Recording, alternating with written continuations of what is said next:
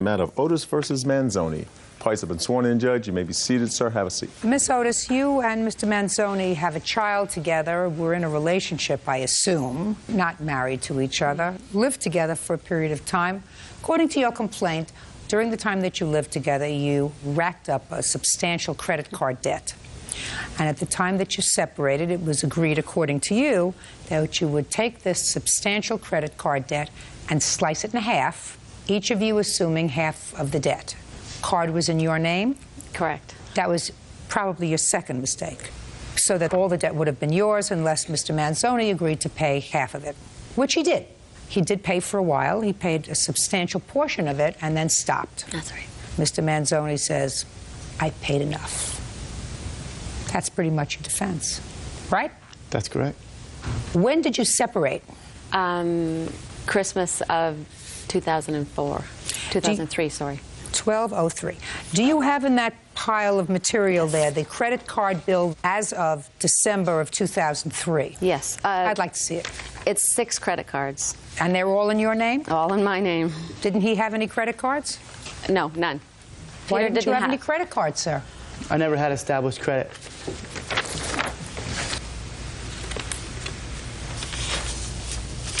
So what happened, Mr. Manzoni? You paid, according to you, almost $4,000. That's correct, Your Honor. I never agreed to split the credit card debt in half with Christine Otis.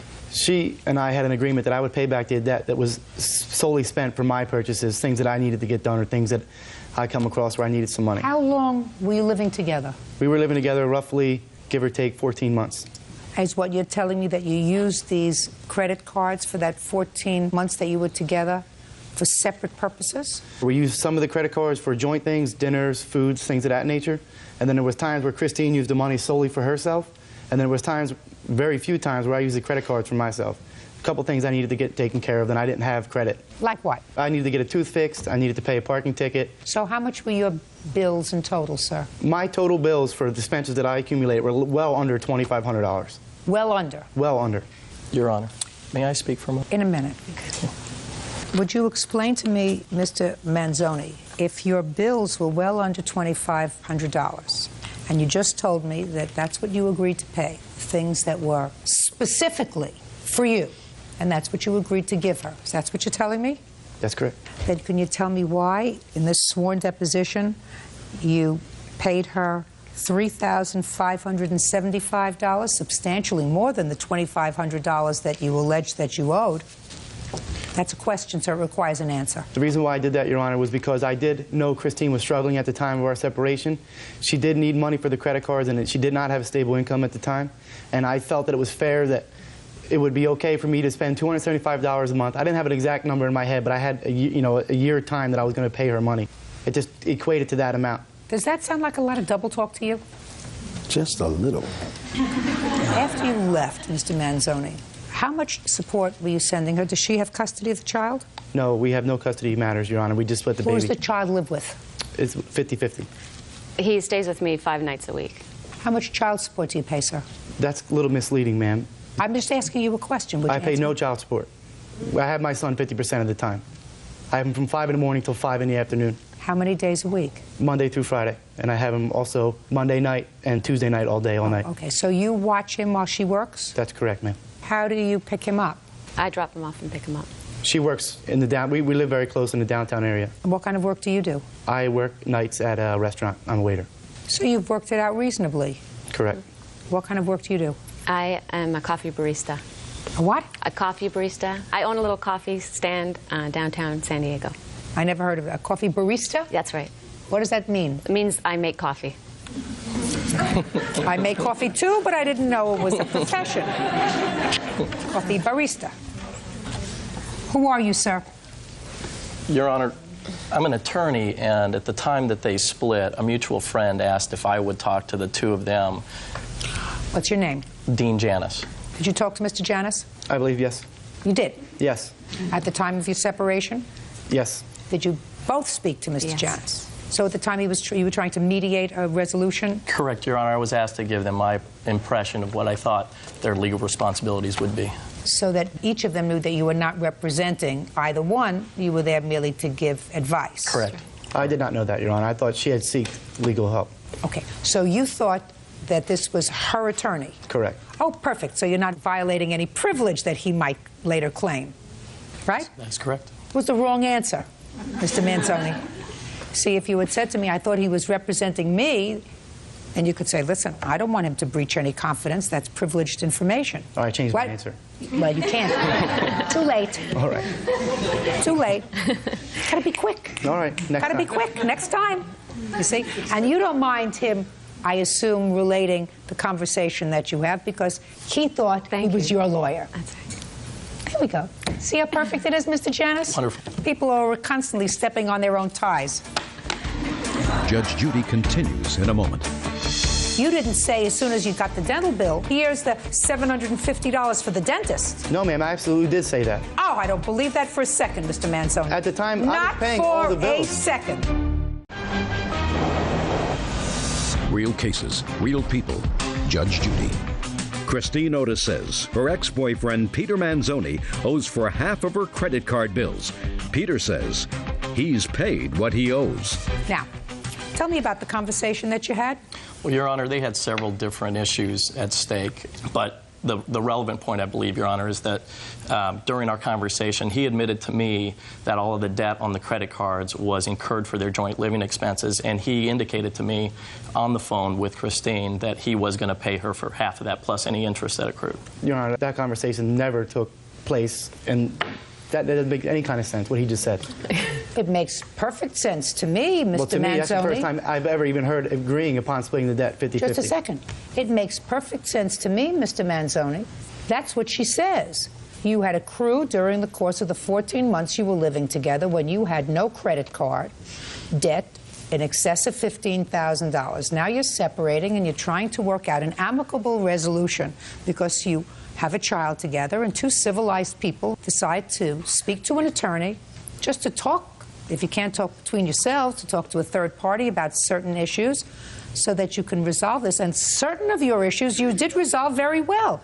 You managed a co-parenting situation which allows each of you to work, to support yourself, and to pay half the support for your child. The only outstanding issue was this $15,000 debt that could encumber one person for a very long time or two people for half the time. So what Mr. Janis says makes perfect sense to me. Your Honor, like I said earlier, the debt is not solely $15,000 between us. Just a second. You said you paid a dental bill. And I paid Christine Otis back for that money. That's with part of the money that you say you paid out of this $3,725, right? That's correct. You didn't say as soon as you got the dental bill, here, in addition to anything that I might owe you on the card for our joint dinners and going out and trips that we might take and anything else, here's the $750 for the dentist. That's totally separate. No, ma'am, I absolutely did say that. Oh, I don't believe that for a second, Mr. Manzoni. At the time, I was paying all the bills. Not for a second. Your Honor, I was paying all the bills, making all the credit card payments, making the truck payments, and paying the rent. I was paying everything. Christine was just spending money like a loose cannon, not me. Everything's in her name. I never forced her once to buy anything. That's what happens, my dear, when you live together and play house. In any event, I find that you did, in fact, at the time that you separated, agree to pay half the amount of money that was accrued on the credit card. You did pay $3,575. I assume you have proof that you paid that, sir? Yes, Your Honor. Let me see it. Well, it's just a piece of paper that Christine and I have had a joint statement account. Her Well, paper, let me see it. Her paper actually has a lot less writing on it. It might be a little better for understanding. But it is the same paper.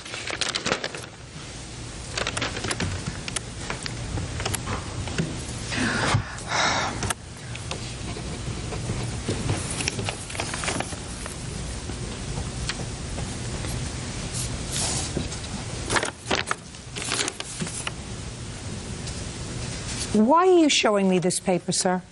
Because that's the paper that we had established, that I had made payments for the last 13 months. So, Mr. Manzoni, what I don't understand is you start off with a balance on both of your pieces of paper of about $7,500. I don't understand. What do you mean you don't understand? What word didn't you understand? You started out with a balance. So she's claiming that you each started out with $7,500 that you were supposed to pay off. That's the evidence that you just gave me, that you were supposed to start out paying $7,500, and you She say... just made that calculation on a computer. She just put those numbers on that piece of paper. She could have put any number on there. This is your evidence. You just handed it to me. That's her evidence to say, that's the evidence Just she gave a me that I second. paid, Your Honor. Mr. Manson, you're making a big mistake. Judgment for the plaintiff in the amount of $3,925. That's all. Parties are excused. You may step out.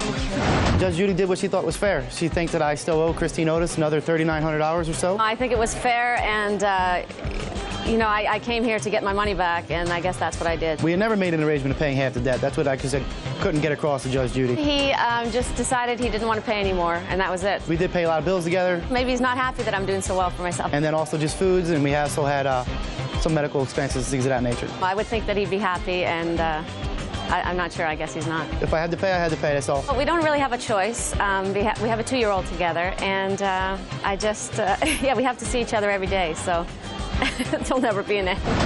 And now the next case. All parties in the matter of Boulier versus Jacobelli, step forward, please. Film grip David Boulier is suing his former friend, high-tech salesperson Kathy Jacobelli, for the return of his Australian border collie, Carson. Kathy claims she paid him $1,200 for the dog. Mr. Boulier, what do you do for a living, sir? I work in the film business. I do set, grip, and lighting. For how long have you been working in the film business? Like 12 years. You work as a freelancer. Yeah. Yes. And you? I work in high-tech sales, primarily venture-backed startup companies in Silicon Valley. Mr. Boulier, according to your complaint, you and the defendant knew each other. You were friends? Yeah. Try yes. Yes. And it is your claim that she has your dog. Yes. You want the dog back? Yes. Ms. Jacobelli says that she purchased the dog from you. Absolutely. It's her dog. She doesn't know why in the world you're suing her. Is that a picture of the dog that I see? Yes. May I see the picture? It's gorgeous.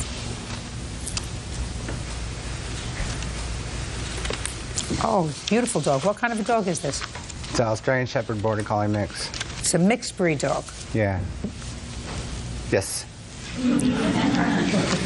Where did you get the dog from, sir? We got him from a farm in Sonoma. From whom?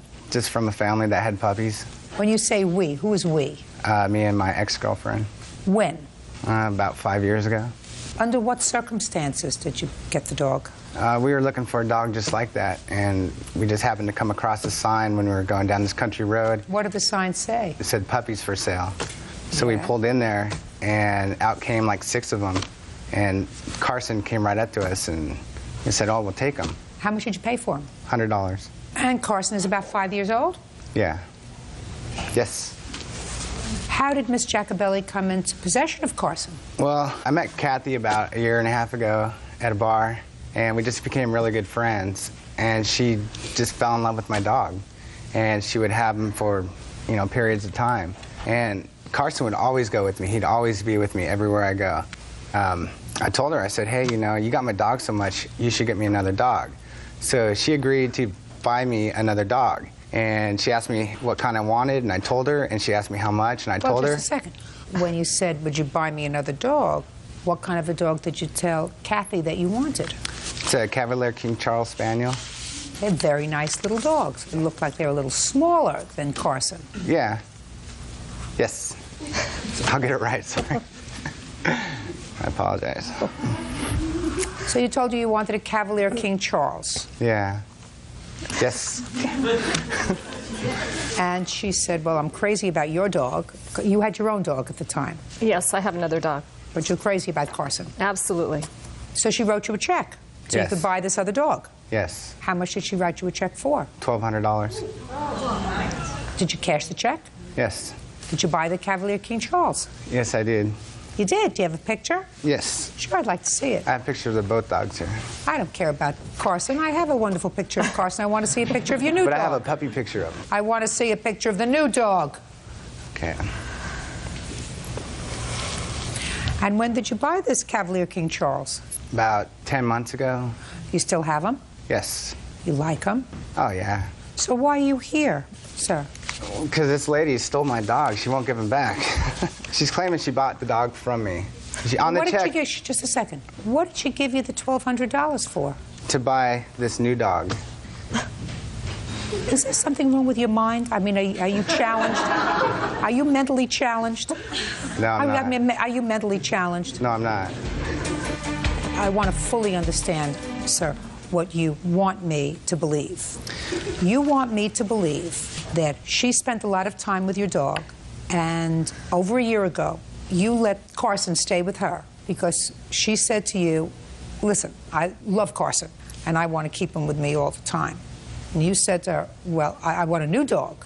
And she said, okay, here's $1,200, go out and buy yourself a new dog, with the understanding that you would buy yourself a new dog and also get Carson back. Is that what you want me to believe? Can I explain it to you? Just a second. Is that what you want me to believe? That's kind of how it is. Well, she gave you the $1,200 for a new dog, and Yes. you want your old dog back. She gave me $1,200 for this new dog because she had my dog, and we agreed that she would have Carson half the time. And that was working out, but now she's won't come to stick with her agreement. Over Christmas, I went to get the Tell him dog. where to... Maybe you should stick this picture back in his folder, please.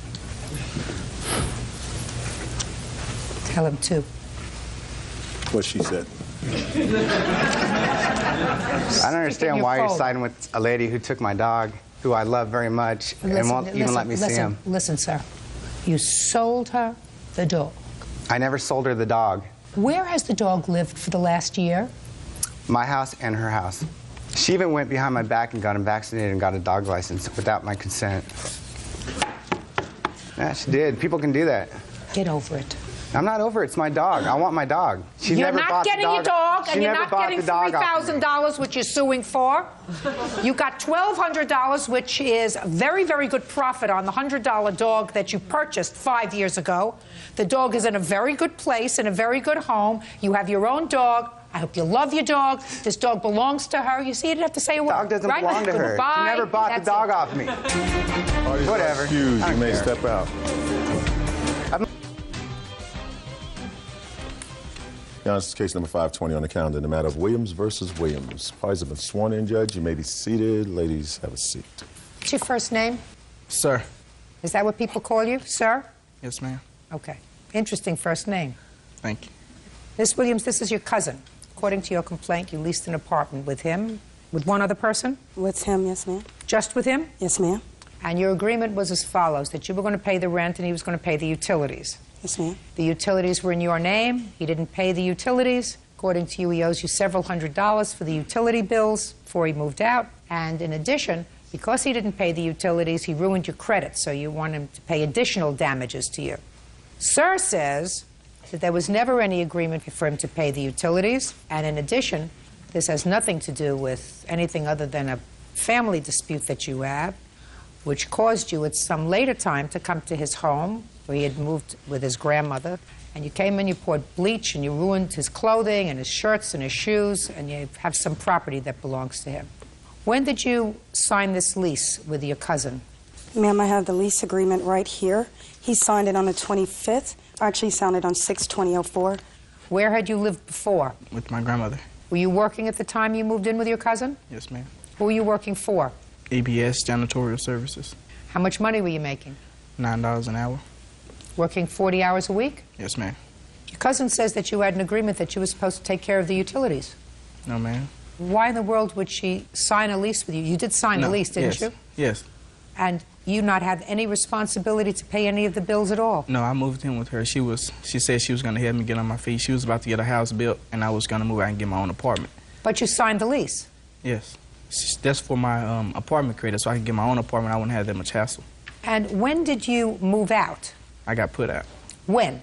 The end of August, beginning of September. When did you put him out? Ma'am, actually, I didn't put him out, but it was in October. My cousin, we had a birthday party for him on October 2nd.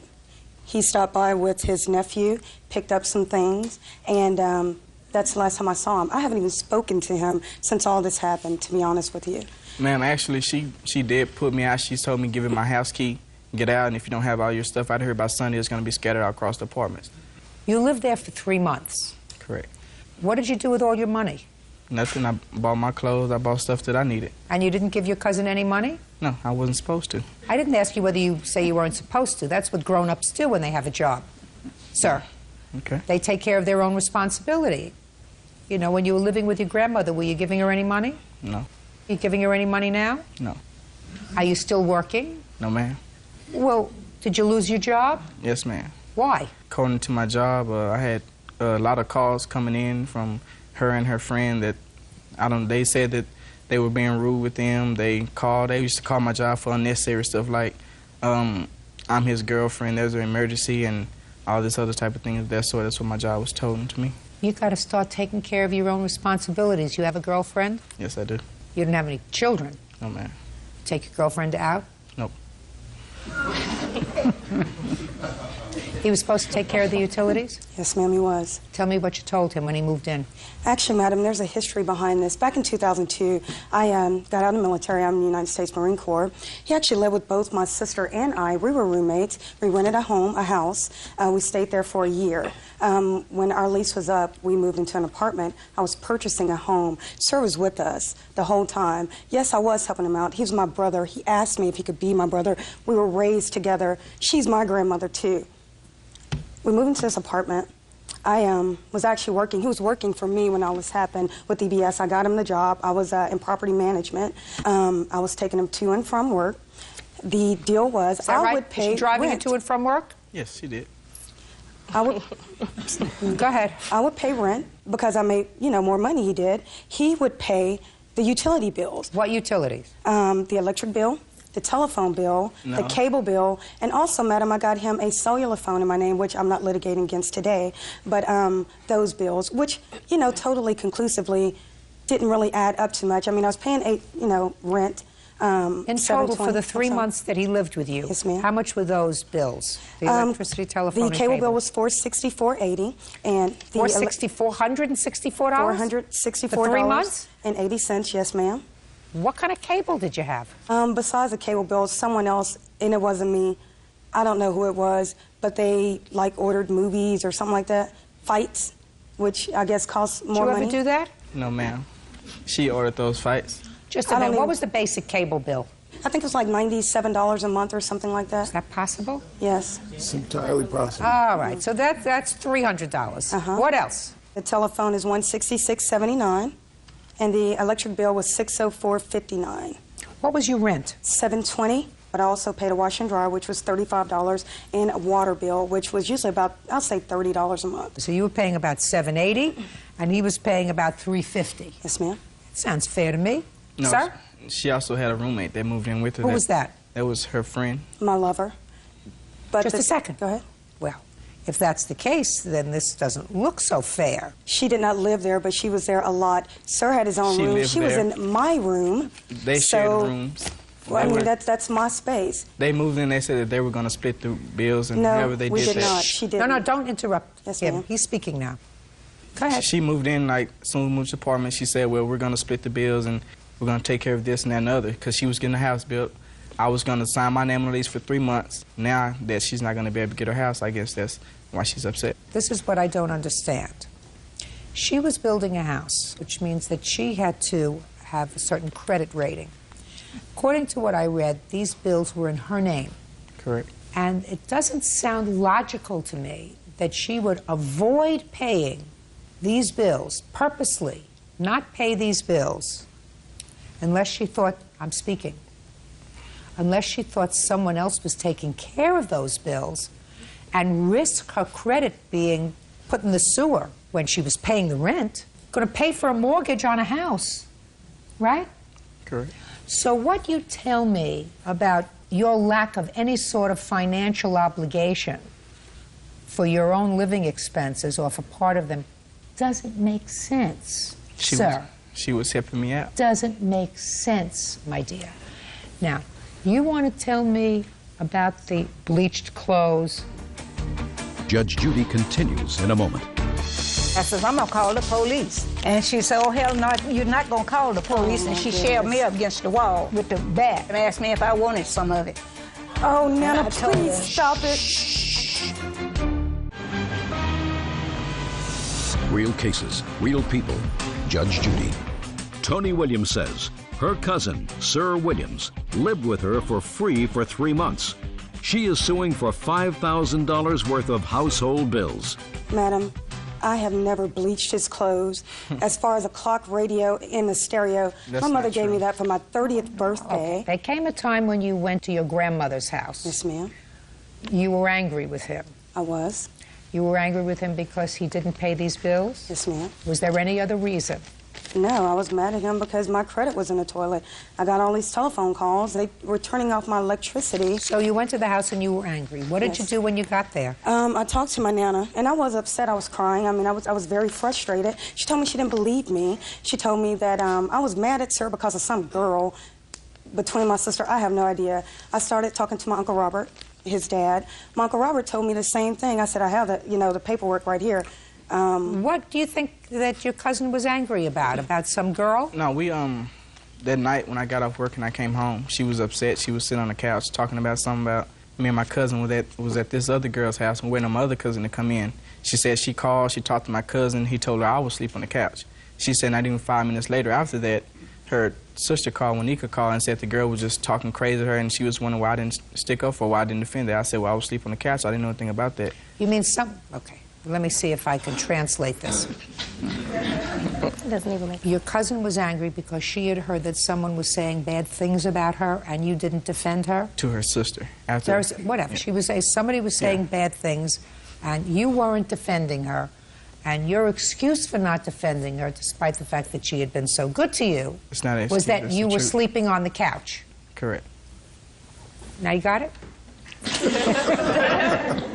All right. Now, what happened when she came in with regard to your clothes? She came in, she spoke to her Nana, she spoke to your father. I wasn't there. Who was there? My grandmother was there. You want to talk to me? Yes. Yes, Your Honor. What's your last name? Ruth Williams. All right, Miss Williams. Ruth Williams Caraway. Do you remember when this happened? Not exactly the date, but it started in September. Now, I want to know when she came to the house. Let me see, I got that wrote on it. It's been on it. Anyway, it was the 10th and the 4th, I think. She had first called and asked me where was Sir. I told her he wasn't there. She said, because I'm going to kill him. I said, no. I said, you're not going to kill him. Yes, I am going to kill him because he left and owed me some money. I said, no, Tony, don't do this. Yeah, I'm going to do it. And then she left. And then I talked to her other sister, and she was raving. She said, I love my sister. He do just what she get him. So I said, well, he's not here. And when she come over to the house, she just rushed in the house, fussing and going on, and went on into his room. Her mother was standing on one side of the door. I was standing on the other. And she went in, and he always put Clorox in his room because I'm allergic to it. And she taken a whole gallon of Purex and put it all over both the bunk beds, threw the fan on the floor. We got pictures of those. I'd like to see it, please. And spread them all over his clothes. And I told him, I says, I wouldn't do that. I says, I'm going to call the police. And she said, oh, hell no, you're not going to call the police. And she shoved me up against the wall. She shoved her mama, too, but her mama said she didn't do it. Her mama was on one side, I was on the other. And she shoved me up against the wall and went and didn't hang up the phone, so I told her mama to hang up the phone so I could call the police. So she didn't let her hang up the phone, so I didn't get to call the police. So they went out in the yard. I called and told my brother-in-law to tell Sir, don't come home. I said, because Tony's over here saying she gonna kill him, and I don't want that in my house. They stayed at my yard about 3.5 hours, raving and cussing and dragging a whole box of these clothes out there and filled them full of water. And that's where they left her, and she went and got a baseball bat. She come back to the house. That's when I said that she needed help. She come back to the house and was gonna run in. Her mama said, shut the door, don't let her in. So I had to screen those clothes, and she just snatched the screens door, which I got a picture of that too, and pulled it loose and asked me if I wanted some of it. Oh, Nana, please stop it. I told her no, that she wasn't going to get in, to leave my house, and don't ever come back anymore, because I've never had a granddaughter to disrespect me as much. She said, well, I'm going to get him when he come home. So her mother, her sister, and I guess that was her other lady friend. Anyway, it was a friend of hers, said they stayed in my house about 3.5 hours. sitting out on the porch with a baseball bat waiting for him to come home. So when he come, I just showed him the room. She showed I have a bruise on this hip and my shoulder I can still feel. Nana, please And stop. I told her, my daughter, I thought it was all over till he got a summary that saying he was going to court. I don't know why I had the pictures taken, but I had them taken because I felt that I needed proof to show that something had happened. Real cases, real people. Judge Judy. Tony Williams says her cousin, Sir Williams, owes for 3 months' worth of rent and bills. If you're 20 years old and you're working and you have a job and you have a cousin who before all this happened was very good to you, right? Correct. According to you, if I'm to believe you, she was really very good to you for a long time because you lived with her more than 3 months, right? And I never paid rent. I'm not talking about paying rent. That doesn't make you a star, the fact that you lived with her for more than 3 months and didn't pay rent. That makes you a bottom sucker. No. Now, listen to me carefully, my dear.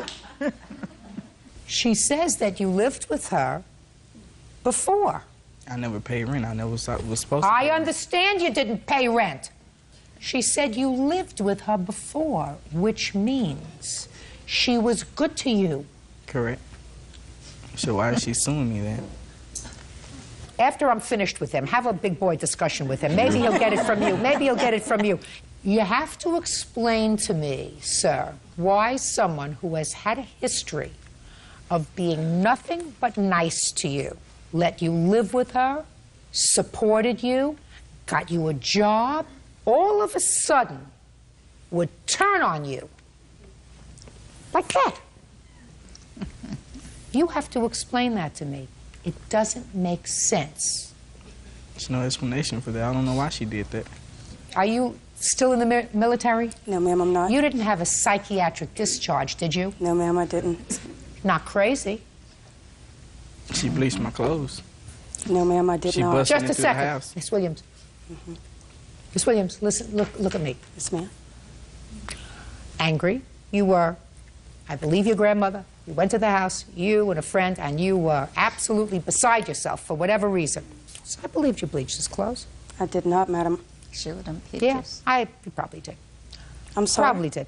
I did not. Probably did. I have a witness here can attest to this fact. Not only was it us, it was not another woman with me. It was myself, my sister, who drove me over there because I was upset. She didn't want me driving. There was a guest, a neighbor, actually, who came over to us, and we were not in the yard 3.5 hours. I was in there maybe 45 minutes. I don't know. I was upset. Long time. My mom You were was calming me down. I did not have a bat. Anyway, this neighbor came over to us. I even had a friend that came in. Sir owed him money.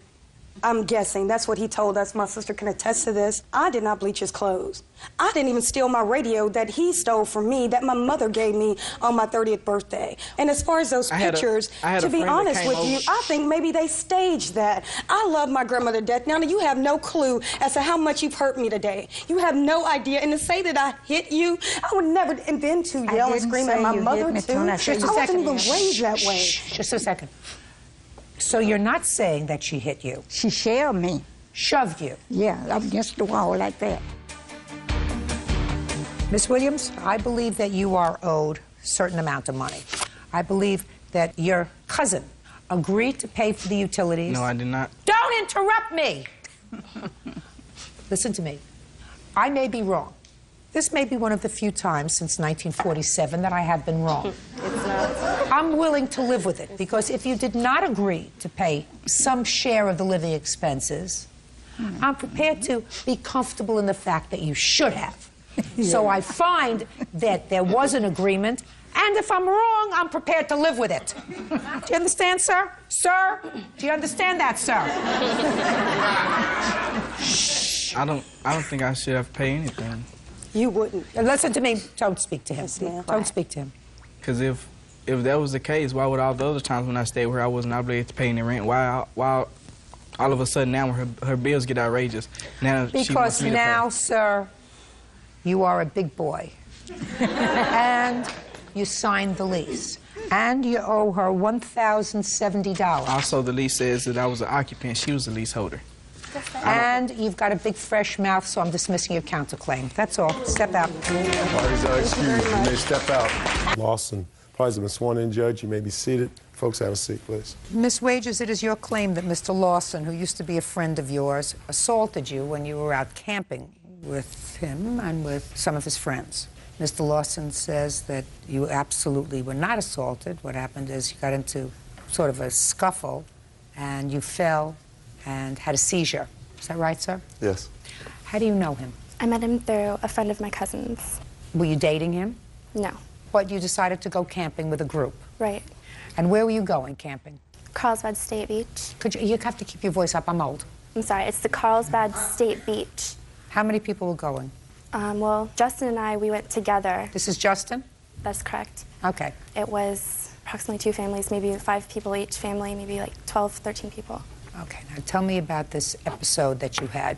We had a great day. We hung out at the beach with his friend Kenny and their family and his younger brother. He had started drinking over the day, which I didn't really see as a problem. You mean Justin? Correct. We eventually decided that the sleeping arrangements would be we would sleep in the bed of his truck with an air mattress because everything else was taken. The tents were taken, the RV was So who was going to sleep in the truck on an air mattress? Justin and I. Okay. What happened was he started to get like fresh on me and trying to hook up. At the truck? Yeah, when we were in bed after everybody else had gone to bed too. I told him I don't want to hook up with you. I expressed so I, wasn't initiating the same type of relations back, and it was an uncomfortable situation. I wasn't interested in doing it. It was cold. The air mist from the ocean was getting us wet. The air mattress was going flat. I mean, it was just a bunch of things. I wasn't interested. And not romantic. Yeah, it wasn't romantic, and there were a bunch of people like in tents like around next to the truck, so it wasn't. So even if you had been so inspired, it wasn't an ideal situation. Right. Well, men don't get that. Sometimes. They could have mist on their face, they could have soot on their face, it could be raining rodents. It doesn't make any difference. Very often they don't need that kind of inspiration. So what happened next, Miss Wages? Well, after telling him no, he just became really annoyed with me, and he was calling me baby, he was calling me the B word, and all these other things. So I told him, I'm gonna leave if this is how you're gonna treat me. So I got out of the truck and went to the exit of the campsite of our lot and then went to the right. Unfortunately, that's a dead end. It's not an exit to leave the park. What time is this? Maybe 9:45, 9:30. How did you plan on getting home? My mom lives less than a mile away on Coast Highway, so I was going to walk So you're going to walk home? Mm-hmm. Go ahead. So I started to walk down there, and he followed me down. He started in on me, started talking to me. You can't leave. You can't do this. So he started grabbing my arms, and he was really adamant about making his point to me. And he grabbed my biceps right here and then was shaking me, and he was screaming at me, literally screaming in my face. We heard a noise from about 200 feet off, like adjacent behind us, and we looked over and I saw his friend Kenny and then Kenny's cousin. And I mean, it's unmistakable because Kenny's 6'7", so I mean, there are not too many people that are tall. So I was like, that's Kenny, he can see you, you better stop, he's watching you. So he stops, he starts to calm down, and he's telling me, please don't be mad at me, just please. He was like begging me, literally like crying, doing these motions. And so I was, okay, well, if you can settle down, then I'll go back there. So I go back, and he had even tried to hold my hand on the walk back, but I was just like, no, I'm not gonna hold your hand after you've just been doing that and shaking and stuff. And he got mad about it and stayed behind. And so I went back to the campsite by myself. When I arrived there, I saw Kenny and his cousin sitting there, and he looked really somber, and he's sitting there and he's asking me, are you okay? Is this Kenny? That's Kenny, yes. You remember that happening? I don't remember me saying if she was okay or anything. I just remember the incident. Good. All right, let's get to it. So you're back at the campsite now. Mm-hmm. So I'm sitting there with Kenny. He's asking me if I'm okay and whatnot. Justin comes up and he says, get over here. And I turned to him and I said, listen, I've already explained to you, if you're going to talk to me that way, I'm not going to talk to you. So he comes, asks nicely, please, I just want to talk to you. Starts bothering me with that begging again. So I go talk to him again. And I decide, okay, we can go to sleep now. This is enough of this. Let's just let it go. So we go into the bed, and he starts to do it again. He was like, getting close to me and trying to kiss me and stuff, and I was like, you know what, finally, I'm gonna leave. I listed off the reasons why. Okay, you should have done that the first time. So, you got out of the truck. What happened when you got out of the truck? This time I went the right way down to the exit, and he comes running up behind me, telling me, don't leave, don't leave. And he grabs my arms again. So that time, I was really fed up with the situation. My hands were like this, and I pushed him like forward. I was like, get off of me.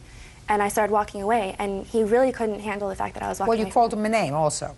Well, I called him a moron in the end. Okay, so you called him a moron. And after you called him a moron, what happened? Well, what happened is he called me a firsthand, and then I said, I can't be I'm not sleeping with you, you're a moron. Okay. And then so he got mad at me calling him a moron, and he said, oh, I'll show you what a moron is. And he drew back, and then he socked me in the face, and after that, I don't remember anything on that point until I was in the ambulance. You have medical report? Certainly. Can I see them, please? Sure. Judge Judy continues in a moment. You could fall over here, you could fall over here, fall on the front of your face, but to fall and get this part of your face, that's quite a trick. You ought to be in Cirque du Soleil. And later today. Who is this, by the way? This is my girlfriend, Your Honor. Does she have anything to contribute to this case other than, looking nice? No, just she decided to come with you, to irritate her. Real cases, real people. Judge Judy. Annette Wager says former friend Justin Lawson punched her in the head after she rebuffed his sexual advances. Okay. Were you smoking marijuana that night? No, but I have done it in the past. What about him? Yes. Didn't have just a little? I wasn't with him while he was doing it. we smoked on the way up there. We smoked a doobie, a joint. And after that, sir, did you smoke any more? No. Okay, Justin. Well, at the time, she was staying with me for a couple weeks, and we got invited to go up to Carlsbad State Beach with his family. I decided to ask her if she wanted to go along. She said yes, that'd be cool. On the way up there, everything was fine. We got up there and stopped at the campsite, had some dinner, and everything was going okay. Yes, I was cuddly with her. At the time, we were intimate. And You were intimate? Yes, at the time before. Just a second. For the first time? No, this is for 2 weeks prior that we hooked up, and that's when she was living with me. We went to the bar that night. Is that right? I had known him for a week, and I wasn't living with him. I was staying with my girlfriend who he knew. The question is, had you been intimate with him before the night of the 15th of July? A week prior, yes. You had been? Mm-hmm. Okay. So when you got into the bed of the truck, you anticipated that this was going to be a recurring theme. Not necessarily. Yes, I can say I have been drinking that night. I got in and just pretty much put my arm around her and cuddled like I would do any other time. Yeah, I might have touched her stomach or rubbed her leg and gave her the wrong impression. Yes, she got out of the car and she walked away. I chased her down because at the time I had feelings for her. I liked her. So I followed her, asked her what was going on, and she said she wasn't happy and that she wanted to leave. We went for the walk, talked about it and everything was fine. All the way back, she was being kind of loud, and she wanted to go into the campsite and get one of her bags or something. I told her that we couldn't go in the campsite until she got a little bit quiet because his parents were sleeping at the time. And she didn't like that fact at all. She wanted her bag out of my truck right then and there. She wasn't going to stay with me that night. She wanted to go home. So she wanted to go back to the campsite to get her bag to leave? Yes, out of my truck at the time. And okay. At the time, I couldn't let her in just because of my parents were sleeping and she was being loud. She was being belligerent. At the time of that, Kenny walked up with his cousin, asked us what was going on. She said nothing was going on and went in and got her bag or whatever. Well, she started walking off, and I called her name for walking off. Called her a name? Yes, I called her a B for walking off, You mean for leaving? For leaving, yes. I didn't understand what was going on. I didn't understand what was happening. All night long, everything was great. Through dinner, everything was great. And then... Well, this was the second time, Justin, that she was trying to leave. Yeah, she tried to walk away, and I stopped her before, yes. So why didn't you just let her leave? Well, the second time when she turned around, I said, I don't know why you're being a B. I don't see why we can't just talk and see what's going on. Because I didn't know what was going on. All of a sudden, she just turned on me. I mean, it was... All night long, she was cool, and then all of a sudden, she turned on me, and it was totally a different face. So finally, I told her, I said, well, yeah, why don't you go home? And so she started walking or whatever. Well, I said something underneath my breath, and she heard me, and she didn't like what I said. To this day, I cannot remember exactly what I said. I might have called her an H or something, but I don't know for sure. She turned around, came over, and started pushing on me. She lunged the last time. I stepped out of the way. She fell down. She was laying on her face. I waited for her to get up or whatever, and she didn't move at all, so I rolled her over, and she was having a seizure. At the time, he ran in and got his dad. His dad's a diabetic, has seizures and stuff, so he's like, she's having a seizure right now. Don't touch her. Who said that? His father. I don't care what you say his father said. That's hearsay. If his father wanted to support your position, he could have been here. He's at work, so... That's your story. Your story is she fell over and she was having a seizure. Yes. She never had a seizure before in her life. Well, the paramedics, when they came to pick her up, she got up and walked to the ambulance herself. You know, she was... Did you tell the paramedics she had a seizure? No, Are you the friend, when the are you the friend that told the paramedics that she had a seizure, Justin? I told the ranger that I thought she was having a seizure. You told the ranger that you thought she was having a seizure? Yeah. How from a seizure did she have a swollen problem with her temporomandibular joint? Because she fell face first on the ground. You fall face first, you fall over here. You don't fall on your side. Well, when I rolled her over, she was laying with her face like this, like with her arms out. Justin, I don't buy that, honey. Well, I'm sorry. Justin, I don't buy that, my dear. If you know why? Because it doesn't make sense. Because if you're having a seizure and you fall, and even if you fall on your side, you fall on this side of your head, you don't. It's very hard to fall on this indentation unless you happen to be unlucky enough to fall on a rock that's sticking out on this part of your face. So you could fall over here, you could fall over here, fall on the front of your face, but to fall and get this part of your face, that's quite a trick. You ought to be in Cirque du Soleil. That's why I don't buy what you're saying to me, Justin. Okay. Don't buy it, my dear. And the fact that you went to the hospital afterwards with her and waited for her to wake up and told the doctor before she woke up that she had had a seizure. That's what, you're the friend. You did go to the hospital with her, didn't you? Yes, I did. Yeah. Were you nervous? At the hospital? Yeah. I was crying the whole time. I didn't know what I don't happened blame you to for her. crying. I don't think that you meant anything to happen bad to her that night. I think you had a little too much to drink and a little too much to smoke. And she wanted to leave and she wanted to go home and you didn't want her to go home. And you left out the fact that, according to your answer, you said, I grabbed her bag to throw it back in my truck, but she kept pushing me, trying to get her bag back. How come you forgot that? How come you forgot to tell me that you weren't letting her leave, that you took her bag and you were throwing it in your truck because you were trying to prevent her from leaving? Well, I just told her that I was going to grab her bag, and I grabbed it as I was saying, I'll take you home in the morning. And at that time, it was no problem until... Well, how come you didn't tell me that, Justin? I don't know. I'm sorry I left it out. Real cases, real people. Judge Judy. Annette Wager says former friend Justin Lawson punched her in the head after she rebuffed his sexual advances. It's a good story, Justin. It doesn't wash with me. I think you got angry with her. I think when she called you a moron, you hauled off and socked her, and I think she fell down, and she hit her head, and you got a little bit nervous. Well, I didn't sock her. Well, that's what I think you did. And since my judgment is the only one that counts, and since her story is supported by what I'm reading in the medical reports, judgment for the plaintiff in the amount of $3,900. Thank you very much. Parties are excused. You may step out. Thank you. We've known each other for a week, so it wasn't a long-term relationship or anything to get really serious about. You can't say boyfriend and girl if I can say sexual partners. Well, if she tried to leave a situation, she should have the right to leave the situation. Any guy that cares about a girl is not going to let him leave. No means no. And now the next case. All parties in the matter of Lombardo versus Rao. Step forward, please. 21-year-old waitress Elizabeth Lombardo is suing her ex-boyfriend, 22-year-old construction worker Bo Rao, for several loans she made throughout their relationship. Bo says Elizabeth is holding his belongings hostage. Miss Lombardo, this gentleman used to be your boyfriend, and you lived together for a period of time. According to you, when you separated, he owed you some money. Yes. Mr. Rao says he doesn't owe you any money. Relationships are a give-and-take thing. So get over it and move on with it, right? Yes, ma'am. When did you live together, Miss Lombardo? We lived together from May probably to August of 2004. We started in May 2003. Is that about right? That's about right. And did you move into an apartment together, or did you... No, we moved in with my family. That's wrong, Your Honor. Prior to that, we were living at my apartment with my brother, and she was staying over there. Then we moved. When was that, sir? That was April and May. We stayed in the apartment, then moved there. I still had a room in my house. It wasn't. I don't care whether you still had a room in your house. Were you living with Mr. Rao and his brother for April and May? Yes. And then the two of you moved into her family's house? Yes, ma'am. Where you had a room? Yes. Fine. So what does he owe you money for? Throughout the course of our relationship, the defendant didn't have a job, so I helped support him.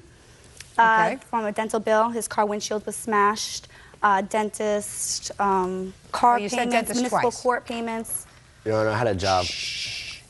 So you gave him money? Yes. And? We had a verbal agreement when we were going out that he would pay it back. Well, tell me about the verbal agreement that he would pay it back. Just throughout the court, like he would pay me money when he had money, and like when he didn't have a job, I was always forking out money for him. How often? 5 times, 10 times, 20 times? There was always, it was constant. And he always said to you, you know, you have 20 bucks, I'll pay you back. You have 50 bucks, I'll pay you back. Yeah. Right? Go ahead. Then when we separated, we decided he was going to make payments of $40 a week, in which he never continued to do. I received one payment of $50. Well, how did you come up with the amount that he owed you? We kept it in mind at all times. It was Did you? No, Your Honor, when we were going out, we weren't keeping... When you moved out, did you agree to pay her a sum of money? Oh, no, Your Honor. You did not? No, Your Honor. When you separated, did you sit down and write up something? Yes. Let me see it.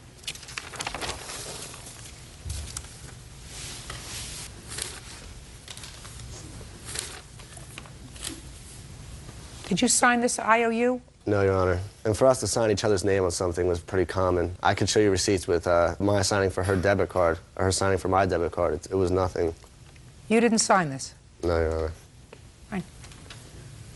Tell me the circumstances surrounding your separation, Mr. Rao.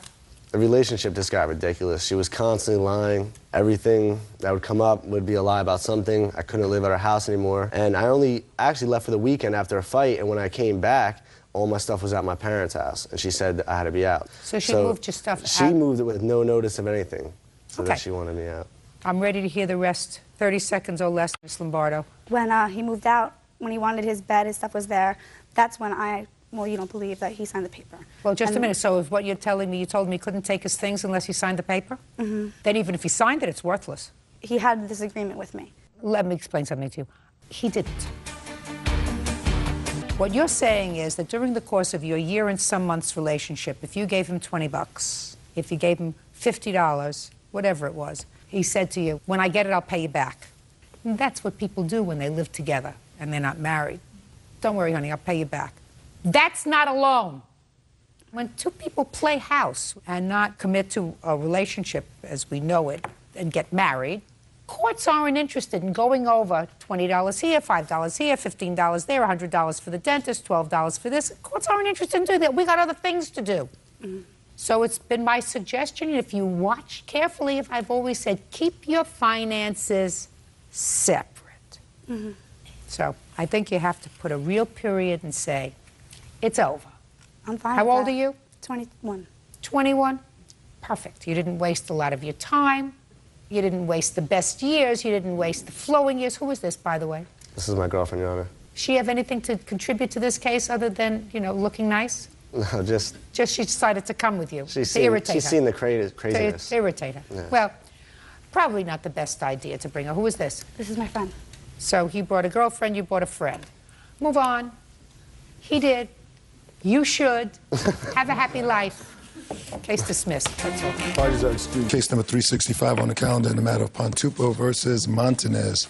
Parties have been sworn in, Judge. You may be seated. Folks, have a seat, please. Ms. Pontupo, it is your claim that Ms. Montanez assaulted you during a road rage incident. Yes, ma'am. Ms. Montanez said she never touched you. Tell me where and when this happened. On September 4th, 2004, me and my boyfriend, Michael Cheney, picked up my 16-year-old brother, and we were on our way to lunch. Stop playing with your papers. Yes, ma'am. All right, now tell me what happened with the defendant. I was in the middle lane trying to make a left turn into the shopping center where the restaurant is located on. And then I noticed a truck behind me, a dark blue Ford F-150. Miss Montanez was the driver of the truck, kept honking constantly at me, but I wasn't going to go because I wasn't going to get into a wreck. And then when I finally made the turn, she came really fast right after me, and I thought she was going to hit me. The front of her bumper was like right by my driver's side door. And my window was down at the time, and we exchanged a few profanities. Who said what first? I said, "What the?" And she started screaming all kinds of bad words at me. And then she reached into my car, grabbed me by my hair, and I felt a couple of punches, and I felt as if she was trying to pull me out of my car by my hair. My boyfriend saw that, and he said, "What is your F problem?" And then he got out of the car, ran around my car. Then Miss Montana saw him coming toward her, so she ran back to her truck. And then my boyfriend then made the 911 call with the tech number, which I have the 911 transcript May I on. see it, please?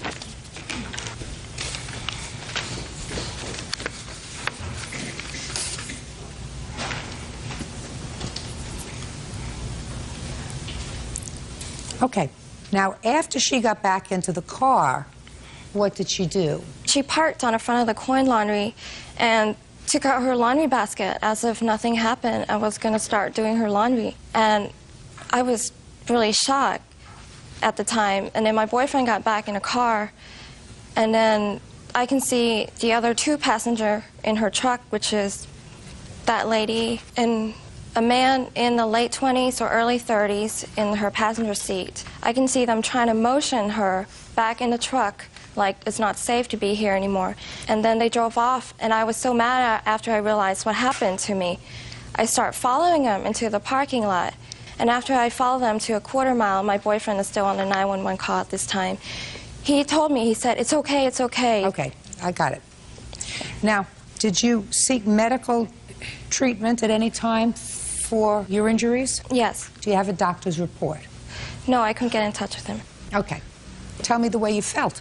I couldn't go to sleep. I couldn't lay on my left side because my head was hurting really bad, and I get the severe headaches. How long did that last? I would say a little bit over a week, and I couldn't go to work for a week because of it. Okay, Miss Montanez, you want to tell me your version of the events, please? We were on Singleton Road. It was my daughter's birthday that day, and I had to go to the laundromat to pick up some laundry. And there was a lot of cars going by at the moment when I stopped behind her, and I could see down because my truck is up high, and I could see down, and you could hear their music because it was kind of a warm day, and our windows were down. And I saw her talking to some individual, the passenger in the car, but I figured she just got caught up in her music, like all teenagers, and talking. So I honked my horn. She's not a teenager. Well, she looked like one at the time, but she was having a conversation. I honked my horn to let her know to go. She got mad. She stuck her hand out the window and did a profanity and called me an F and B. So I turned in before her into the shop. Just a second. So what you did is you went around her. Correct. Keep going. I pulled in front of her, and then I made the left turn and parked right in front of the laundromat because there's like an island right there where you can park. I got out of the truck. We started arguing, cursing at each other and everything, and my sister got out of the truck, and I was just like, ugh, I don't have time to deal with this, because I thought they were teenagers. So I turned around and was going to go in the laundromat, didn't even make it in the laundromat, and I heard my sister screaming, "April, April, come on." And I turned around. When I turned around, I saw her boyfriend with rings in his nose, and just the way he looked, it scared me like a skinhead, and I'm like, oh my God, let's get in the car. So I jump in the truck. When I'm getting in the truck, she has her mace gun. We have a 14-day-old baby in the truck. It was myself, the baby, and then my sister. She's going through the window and she's doing all like this, but for some oddball reason, the mace had stuck. And my sister's rushing to roll the window up in case she did unstick it. And I said, oh my God, Stephanie, let's go. This is crazy. I can't believe this. I put my truck in reverse, and I backed out, and I went back the same way I come in. She come behind me and was following me, and I was going at a fast-paced speed to get away from her because it scared me. When did you call the police? I didn't call the police. Right. You're telling me that someone tried to mace you in your car with a little tiny baby in the car, following you, a lunatic, and you never called the police? Well, Your Honor, the reason why I didn't call the police is because I saw her boyfriend. When I was coming back to my truck, he was talking to the 911 officer. Now, and he said, write her tag number down. Why would you think they would call 911, and at the time they called the police, this is what they reported. They didn't know the person, got mad when they were making a turn into PL. She started screaming, went around, got out, and hit the female in the face and pulled her hair while screaming at the female. He didn't say they're having a screaming match. Didn't say anybody took out mace. Said, my girlfriend got punched in the face and got her hair pulled, and we don't know who this person is. And the reason why I didn't call at the time, Your Honor, I did not have my cell phone. I was just nervous, and I was ready to get out of there. Very good. Now, what? I have a police report from this incident, and she told a totally different story. Can I see the police report, please? To the police. It's a totally different story. You want to speak? You want to be very careful about what you say. You're the sister, right? Mm-hmm. You're the reason that they didn't follow up and press charges because you confirmed her story. Is that right? I want to tell you something. I'm smarter than the police. So you want to risk it? Get up. We understand each other? That requires an answer, yes or no? Yes. Do you understand me? Yes, ma'am. Do you choose to stand up and testify, or would you like to remain in your seat? I like to testify. Judge Judy continues in a moment. She beeped the horn. They had music. How many times did she beep the horn? It was like 2 or 3 times for her to go. 2 or 3 times. Your sister told me she beeped the horn only once. And later today, I accepted the gift if he would stop doing drugs and drinking. He did not. You were better off without opening your mouth. You were better off just standing there and looking gorgeous. real cases, real people. Judge Judy. Pierapon Pontupo says she was assaulted in a parking lot by fellow motorist April Montanez. Pierapon says April tried to pull her out of her car by her hair. Your name? Stephanie. You have a last name? Imes. You want to tell me the story? It's pretty much what my sister said. It's pretty much what your sister said? We were going to Kroger's. She was in front of my sister. It was busy coming traffic. She beeped the horn. They had music. How many times did she beep the horn? It was like 2 or 3 times for her to go. 2 or 3 times? Your sister told me she beeped the horn only once. It was like 2 or 3 times for her to go, like a rapid beep for her to go. So it was 2 or 3 times, but it was like 1 time because it was so fast. Yeah, it's like a rapid beep. Right. Okay. So they had the music going. She beeped the horn. She leaned out of the car. She flicked her off and said some stuff, some cuss words. My sister went ahead because no cars were coming. She went in front of the lady. The car came in behind us. We turned to go towards the laundromat. My sister parked next to the little island. The laundromat is right across from the car. My sister got out of the car. They were arguing back and forth, cussing at each other. Then my sister, I kind of stood out to hear what was going on. My sister walked into the laundromat. I got back in the truck. Did she carry anything into the laundromat? I think she had some... Just a second. Look at me. Did she carry anything into the laundromat? Yes. What did she take out of the car? It was some outfits, I guess. Yes. Were the outfits in a basket? No. No. No basket? No. Just things in her hand? Now, what were you going to the laundromat for? To pick up some clothes, and I think she had to dry clean the clothes that she had for the party. But at the time that I was waiting for my sister, this female came up to the truck as I got back in. She had some mace in her hand, and she was trying to... Was that before or after your sister hit her? She didn't hit her. Yes, she did. Sit down. Your Honor, yes, she did. Oh, yes, she did. She hit her, and she pulled her hair. And she was really annoyed. You want to know why I know she was really annoyed?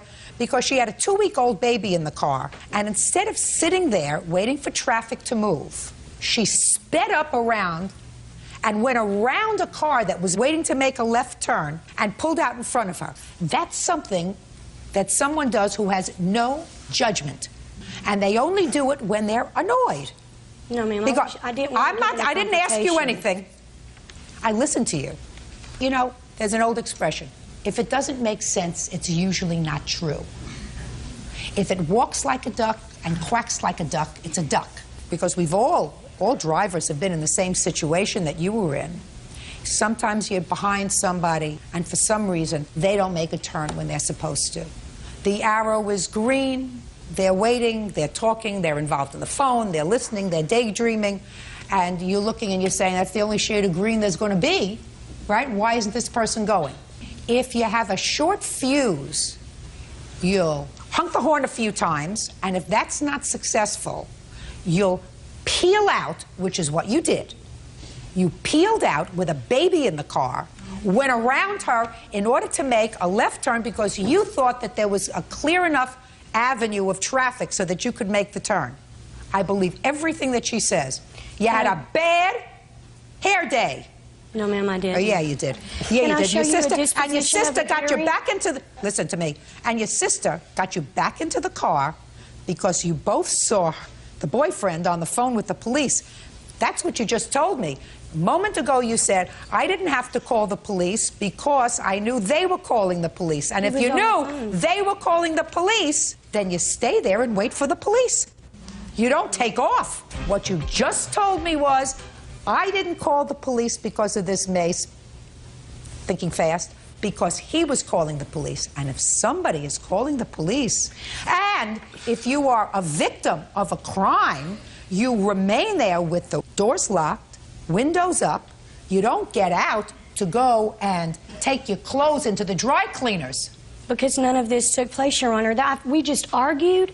We had our words. Madam, I don't. She tried to believe, get me. Madam, I don't believe you, and I don't. Well, believe can I bring your sister. something else to evidence? Absolutely. Show it to me. Okay, I have a disposition of a hearing when she tried to file simple battery and simple assault charges, and we went to Gwinnett County courts, and they were dismissed for insufficient evidence as well. Because in the police report, it says that the police officer, there was no physical evidence on the victim other than a few strands of hair that was allegedly pulled out by the suspect. Listen to me, madam. She's not saying you broke her skin. But there would have been swelling or something for the officer. This never took place, Your Honor. I'm telling you, it took place, madam. It didn't. Listen, because you got over on a cop, and because you got over perhaps on a district attorney, you and your sister, who wouldn't know the truth if it came up and slapped her in the face, doesn't mean that I have to believe you. Your story doesn't make sense. Judgment for the plaintiff in the amount of $2,500. That's all. Parties are excused. You may step out. I insulted her race. She insulted mine. She told me she was going to get me. Defendants, it's worse than a piece of dog. If you would have saw her boyfriend, like 6 foot tall, earrings, a dragon tattoo on his neck. He's 6'2", but he also weighed as much as she does, which is they both weighed 185 pounds. I was just in a rush to get out of there because in Atlanta, people have been shot by road rage. It's just that she's a lying. And now the next case. All parties in the matter of Ortega versus Gutierrez. Step forward. Computer technician Netza Ortega is suing his ex-girlfriend, 26-year-old customer service rep Maribel Gutierrez, for unpaid loans to get her hair done and for the return of a promise ring. Oh, Mr. Ortega. The romance is over. You want your jewelry back, and you want some money that you loaned to the defendant while you were together. That's correct. Ms. Gutierrez says you often gave her money. There was never any mention of a payback. And the jewelry you want back were gifts that you made to her, and you're not entitled to them back. I feel that it's entitled back to me because they were actually a symbol of a relationship. All right, let's take the simple ones first. The loan. When do you claim, and what year did you make her the loan? June of this year, and it was to get her hair done, and it was for $50. What's next, Okay, Mr. Ortega? after that, it was another loan for $50 to get her hair done. Get over it, Mr. And then after that, it was another $40, and that was to get her nails done? No. Manicure, pedicure. No, that was actually facial, to get her leg wax, whatever.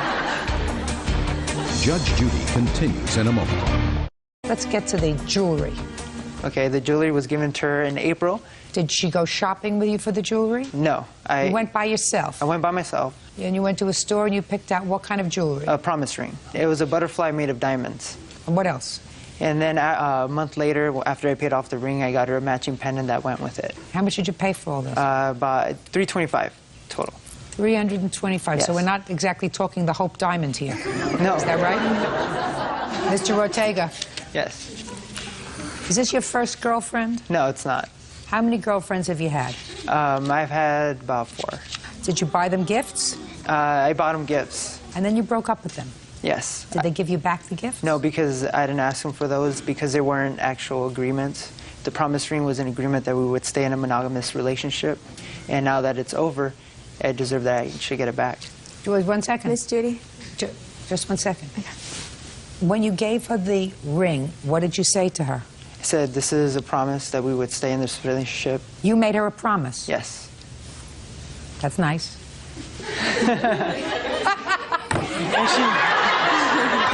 And she agreed to take it. Mr. Ortega. Yes. Grow up, sir. Okay. You're dying to say something. Yes, I am. Go ahead. We made a promise that he would stop drinking, doing drugs, and I accepted the gift if he would stop doing drugs and drinking. He did not. Accidentally, I don't know what happened to the gift. It got lost. That's not true. Listen to me. You were better off without opening your mouth. Okay. You were better off just standing there and looking gorgeous. Mr. Ortega. Yes. Get over it. Put a period. Move on. Okay. If you want a ring that comes back to you, you buy a diamond. It was Nice, listen to me. No, not a butterfly. Not a butterfly, Mr. Ortega.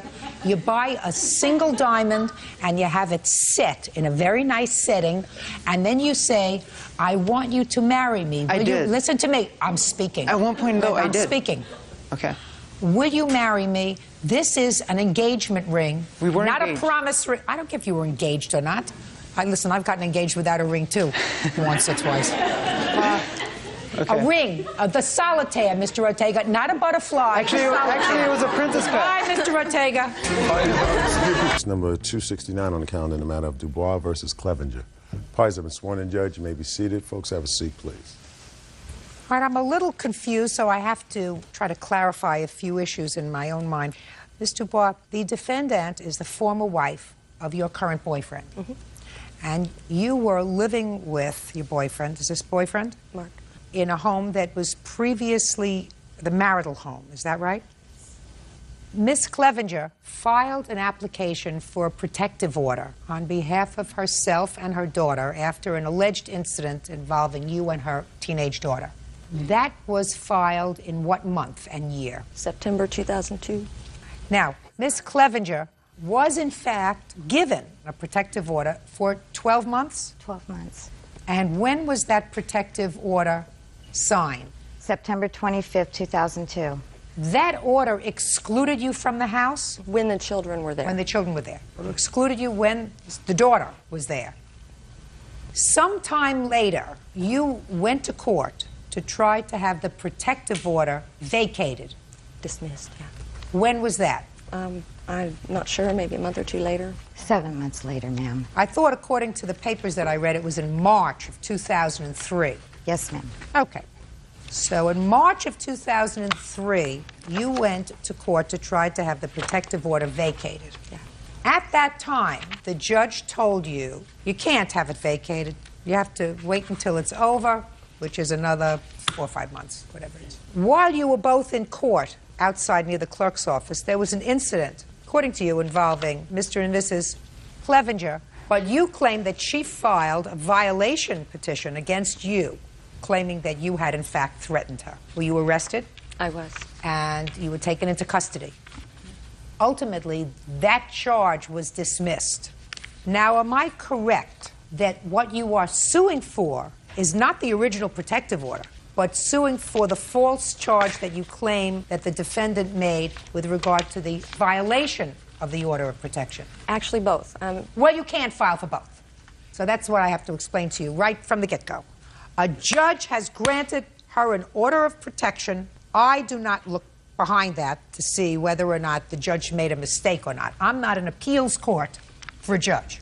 If the subsequent case after the March incident, when the judge denied the application, and I will find out what that is about, that is something that I can hear.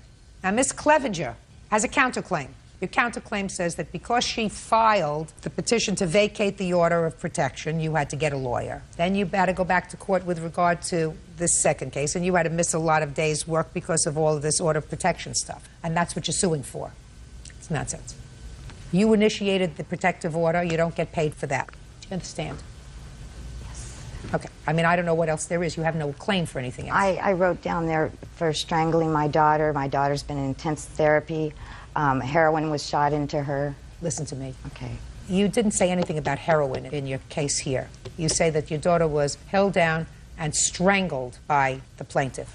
No, she was shoved and she was picked up by her throat. Okay. I'm not hearing it. Okay. What's your daughter's name? Sydney Clevenger. Do you see Sydney, sir? Yes, I do. How often? Stand up. Yeah, I should stand up.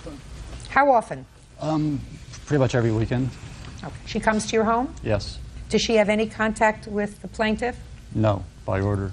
By order of the court? Yes. She's fine? Very fine. She's fine with you? Very much so. And your daughter is a teenager? Yes. She knows that you have a relationship with Miss Dubois? Yes. She knows that she lives with you when Sydney isn't there? She actually does not live with me. She doesn't live with you anymore? No. But she knows that you are still in a relationship? Yes. And she doesn't hold that against you and say to you, by God, she strangled me, she assaulted me, how could you possibly have anything to do with it? She doesn't say that to you? Occasionally she does at the beginning of this incident, but it's gone away pretty much. Were you there when this alleged incident took place? No. These two ladies didn't get along? My daughter and her? Yeah. At her instigating. Well, that's what you say. Yeah. Okay. I'm not hearing it. I'm not hearing your counterclaim with regard to this strangulation. She's fine. Now, let's get to your lawsuit with regard to the false charge that inspired the violation of the protective order which caused you to be arrested. Let's get to the arrest itself. I want you to tell me where that took place. At my place of work. Who came to your place of employment? 2 sheriffs. Had you gotten any previous notice of it? No, I did not, Your Honor. And when did they come to your place of employment? This original supposed breaking was 2 weeks after the September event. And then in March was when I was arrested. You mean the alleged breach of the protective order was in September? Yes. The same day we went to court on the 25th when she got the original permanent. Can I see the complaint for the violation?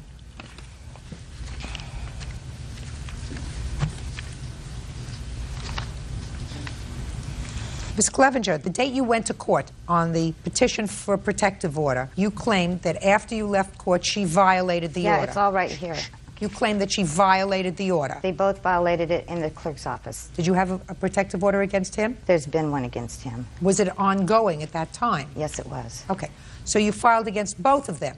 Not on September 25th. It was the protection order was filed for Eden Clevenger, Sidney Clevenger, and myself. It was signed on September 25th. Listen to what I'm saying to you, madam. The violation that you allege happened the same date that you got a final order of protection. Yes. And it happened outside of the courtroom, inside the clerk's office. And it is your claim that both of them had orders of protection against them at that time, both your former husband and his girlfriend. I know I got one that day for Miss Dubois, and we went up to the clerk's office. So he didn't have one? I believe he did from a while back, from March. Did you or not? No, I didn't. No. I thought we did have one. Judge Judy continues in a moment. Well, she used the F word. Really? Let me see whether you say to the police that she said that to you. You don't. You mean this is all coming back to you as you're standing here now? Real cases, real people. Judge Judy. Deborah Dubois says her fiancé's ex-wife, Vicki Clevenger, falsely accused her of assaulting her daughter. Deborah also claims Vicki falsely charged her with violating a restraining order. The only thing that this police report says is that the police contacted Patty in the clerk's office, and she said she and Susie had heard Clevenger begin to talk loudly, telling someone to go away and leave her alone.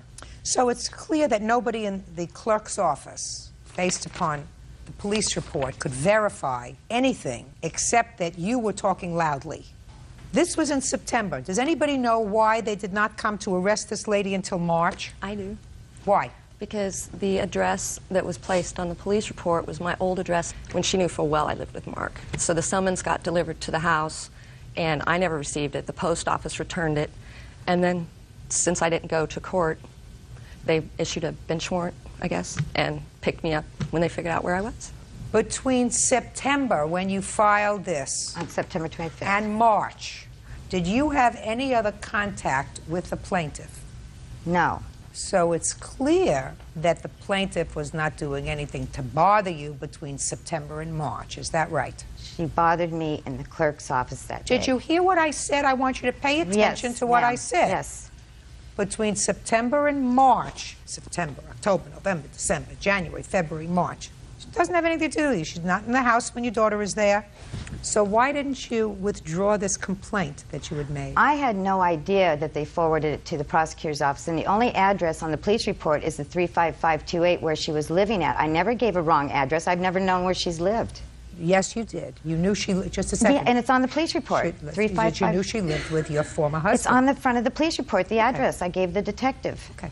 I just want to know whether between September and March, you had any other conversations with any members of the police department or the prosecutor's office? I did not get a call from the prosecutors till March. The advocate's office called me for domestic violence. This was before she was arrested? I'm not sure if it was before or after. I think it all happened after she was, because they sent me a letter in the mail. So I had no idea that they were even pursuing this. Tell me what happened in the clerk's office. I went up to the clerk's office and I was standing in line. They proceeded to walk into the clerk's office. Because each of you had to get a copy of the protective order. Right, and I was like I was in line in front of them. And then I had to scoot over to another line, and they were verbally abusing me. Tell me what they said. Don't. They said I was a nutcase. I'm a psycho. They just really verbally abused me. Who's they? These two. I want you to tell me who said what.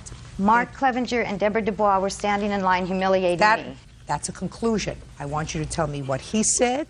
You'll never get the kids. This is not going to work. This is going to be dismissed. You're a nutcase. You're a psychopath. Nobody's ever going to believe you. Okay, so that's what he said. Well, now I want you to tell me what she said. Do I have to say these words? Yes. She called me a psycho. This'll never. They both just. No. Don't confuse one with the other. Listen to me very carefully. She didn't repeat exactly the same thing he said. So I assume. She used the F word. And what did she say? You're. Really? Let me see. I did not say. Let me see whether you say to the police in your complaint that she said that to you. You don't. I don't want to use You told that the word. police that they told her you're a nutcase, you're a psycho, this will never work, you'll never get the kids. And there's. You didn't say the F word. Report. You didn't say anything else. When this first happened, September 25th, you mean this is all coming back to you as you're standing here now? No. They may have said things to you. They are not a unit. If your ex-husband was saying these things to you and they were standing together, they cannot be construed to be one person. Do you understand? Yes, I do. Good. And I don't believe the other baloney that you just gave me because it's not in your police report that you filed the same day as the incident happened. I was too humiliated to file it. I don't believe you, Miss Clevenger. Okay. I don't believe that because I believe that if you are smart enough to go for a protective order, you list everything that happens. You want the police and the court to know the most venal of things that happened, so you would report it. It's not that you were humiliated. It's not that you were frightened, because you knew to go to the police immediately, and you would tell them everything. Now, so don't embellish to me. What happened is she made this complaint because she got very angry at what went on in the clerk's office. And I'm going to tell you something. I believe that it probably did, that there were words in the clerk's office. Miss Dubois, I don't know whether the words came from you or came from him. I'm not sure. Maybe a little bit of both. She was angry, so she went to the police. That was in September. They didn't act on it. Unfortunately, somebody had a day when they didn't have a whole lot of work to do, and they found you. I don't know how they found you at work. Do you know how they found you at work? They went to my original address that she gave them, and my ex-boyfriend said she's at work. Okay. Now, what happened when you went to court on this violation petition? It was completely dismissed because she cannot get a domestic violence restraining order against me with her name on it. She could on behalf of the children, but the fact that she added in her name and everything was totally illegal. Can I say one other thing to you? Sure. If you noticed, the police report was filed 6 hours later in a different police station because she'd found out he was going to take her back to court. So, listen to me. All anger. Listen to me. There were words that transpired in the clerk's office. I believe that one or both of you was so furious and said things that you probably shouldn't have in the clerk's office. Is that a fair statement, Mr. Clevenger? Absolutely. Okay. And she seized the moment and acted upon it. Did she do the wrong thing? She should have let it go, because the people that ultimately suffer with regard to that are the children. And I would assume that since you have regular contact with your children, that this has created a strain between the two of you. I actually have custody of one of my daughters, but... Which child? The oldest one, Eden. How old is Eden? Just turned 16. Did you have custody of your daughter, too, for a period of time? For the past 6 years, full custody. And it wasn't until after this incident that Sydney went back to her mother, is that right? Yes, it was a stepping stone to modify the custody. And so that's been for about a year? Yes. That Sydney's been with her mother? Yes. Don't throw out her bed. Oh, I will not.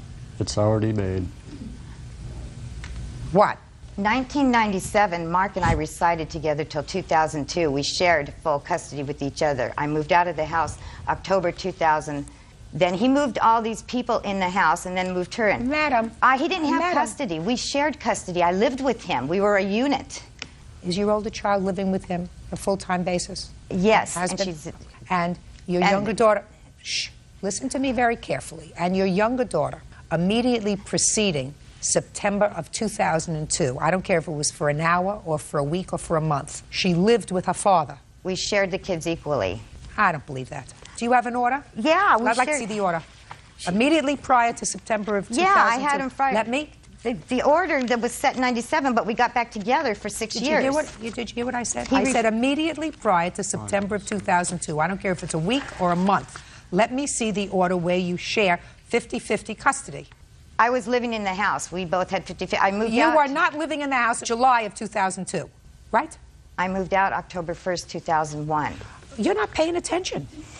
You're not paying attention. I said immediately preceding September of 2002, you were not living with your former husband, and your daughter was not living with you full time. She was. And you said 4 days a week. And I said, let me see the order. We never went by the order. I said, let me see the order. I don't have that order. I mean, we shared the kids. I'd like to see the order. Could I see the order, Bird? She has the order. This is the parenting plan. Not after. It's not after. It's what was in effect. It was. We never went by that. Can I just see the order, please? This schedule provides that upon enrollment in school, the children shall reside with their father. That was in 1997. I don't care what it is. That's what the order is. But we did. That's what the order is. This is an order where you had full custody of the children. She had visitation. Okay, listen to me. I'm sorry I can't help you. I'm sorry I can't help you for the following reason. She had a right to go in and file for a violation of this protective order because she, in her mind, said, you violated the order by saying nasty things to me. When I say you, she's talking about the cumulative you. And I would assume that both of you had some things to say standing on line. I'm not going to revisit that. I think that her violation petition was probably dismissed in the entirety because the order of protection was not for her. It was on behalf of Sydney, who was a minor, and perhaps she didn't understand that. I think she has problem understanding things, period. So I'm sorry that you suffered by virtue of this, but you should have kept your mouth shut in the clerk's office, sir. It would have been the smarter and wiser thing to do, because then she would have had absolutely no basis whatsoever to go in and file this. Ms. Clevenger, you have absolutely no basis to counterclaim, no basis for your lawsuit. Excuse me, this order was, it says the petitioner and her children on this September 25th. Can I ask you a question? Are you not hearing me? I'm hearing you. I just dismissed her case against you, and I told you that you have no basis to sue her. You were the person who filed for a protective order, and she is perfectly within her rights to try to go into court and say there was no basis for it. I want a rehearing, and if you had to hire a lawyer and lose days from work going into court, you precipitated it. So that's what happens. Goodbye. Parties are excused. Parties have been sworn in, Judge. You may be seated, folks. Have seats. Mr. Cameraman, it is your claim that the defendants, both father and son, had you falsely arrested. You want to be reimbursed for that false arrest, bail money, attorney's fees, pain and suffering, aggravation, et cetera, et cetera. Yes, Your Honor. Mr. Beck and Master Beck say that they absolutely were within their rights to have you arrested because you did, in fact, put your hands on one of them and threaten the other. So that's what this case is about. How do you know each other? I didn't know them prior to this. The way that we came in contact with each other is I was driving my car and going to my house to pick up some tools to do some work on some of my rental properties. And Master Beck was parked blocking the right-of-way. How was he blocking the right-of-way? He was parked in an alleyway. We live in Newport Beach, which is a very small beach community that has an alleyway to get to the homes. Okay, so you have to drive through a common alleyway in order to get to all of the homes. That's true. Okay. What were you doing there, Stephen? I was loading my surfboards on top. My car was still on, so I wasn't fully parked. But well, the car was stopped, wasn't it? Yeah, I was out standing on my tire. Oh.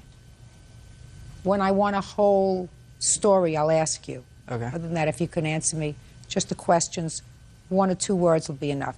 So the car was, in fact, stopped because you were loading something onto the car. Yes. So what happened? First of all, I didn't observe any surfboards. I had motioned to him to move. I mean, move and pull out of the driveway. Yeah, just to get out of the way so I could get to where I was going. In order to pull out of the way, he had to go through the alleyway someplace else. Yes, just pull in front of actually the home that he was in front of at the alleyway. He could have pulled into the street, and there was an area to park that he could have been fine there, or pull back where he wanted to. This is common. Just a second. Okay, sorry. So you could have loaded your surfboards by pulling into where your house was. Yes. Okay. So he didn't move. That's correct. And what did you do? I motioned to him to move. He acknowledged that I was there and then walked around like, tough luck, I'm going to do as I please. So I thought, okay, I'll get out of the car and approach him. Maybe he'll realize that he needs to move. I'm bigger than he is. Yeah, a little bit. So I went up to him. I thought that would do it. That didn't do it. And so I said things like, do you need help to put the key in the ignition so you can turn the car on and move the car? And then his girlfriend started screaming at me. You're the girlfriend? What was she saying? She was just screaming, leave him alone. You can't do, just unintelligible things. Well, what were you doing to him, Mr. Cameraman? I was actually doing nothing except saying, do you need somebody to show you how to? I was being Mr. Cameraman, facetious. When I ask you to tell me what happened, it's not going to be one of, and then I said, and then he said, and then I said, and then he said, because I don't believe that. Do you understand? I can understand that, yes, Your Honor. Welcome to Auto Bike Brand, your go-to destination for everything bikes and beyond. In today's video, we dive into the all-new 2025 Harley-Davidson X440, a motorcycle that's redefining Harley's approach to the midweight segment, especially for emerging markets like India. Whether you're a Harley fan or just looking for a strong performer with iconic looks, the X440 is turning heads for all the right reasons. Let's break down what makes this motorcycle so special in 2025. A new chapter in Harley's legacy. The Harley-Davidson X440 is a bold step away from the brand's usual big cruisers. Co-developed with Hero Moto Corp, the X440 is Harley's attempt to capture younger riders, urban commuters, and budget-conscious buyers, without compromising on identity. It's not just a smaller Harley. It's a well-thought-out package that combines American heritage with Indian engineering precision. Design and styling, classic meets urban. At first glance, the X440 stays true to Harley's classic styling cues. You'll notice the round LED headlamp with a signature DRL, the teardrop fuel tank with bold Harley branding, and the blacked-out mechanicals that scream muscle and attitude. The upright stance, flat handlebar, and mid-set foot pegs make it both stylish and practical for daily rides. Engine and performance, reliable power. Under the tank, the 2025 extension 440 packs a 440 cubic centimeters oil-cooled, single-cylinder engine that produces around 27 horsepower and 38 newton-meters of torque.